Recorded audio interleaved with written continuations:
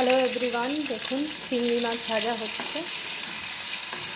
আজকে চিংড়ি মাছের ঝাল করব। আর একটা টুকরো পাঙ্গাস মাছ আছে, ওটাকেও ভেজে এই ঝালটার মধ্যেই দিয়ে দেবো, চিংড়ির ঝালের মধ্যে। আচ্ছা, মশলাটা একটু দেখিয়ে নিই। এখানে এই মিক্সিতে আমি সব রকমের মশলা মানে আদা, রসুন, পেঁয়াজ, লঙ্কা, টমেটো, জিরের গুঁড়ো, ধনের গুঁড়ো দিয়ে একেবারে পেস্ট করে নিয়েছি। তাহলে বারবার করে আমাকে মশলাটা দিতে হবে না। হলুদটা খালি আমি পরে দেবো। দেখুন চিংড়ি মাছ ভাজা হচ্ছে, খুব সুন্দর একটা স্মেল বেরোচ্ছে চিংড়ি মাছের। এরকমভাবে চিংড়ি মাছ যদি আপনারা করেন খুব ভালো লাগে। মালাইকারি যদি নাও করতে পারেন, এরকমভাবে করলে চিংড়ি মাছ খুব ভালো লাগে। চিংড়ি মাছের ঝাল যেটা আমরা ফ্রাই করে থাকি, এরকমভাবেই করি আমরা।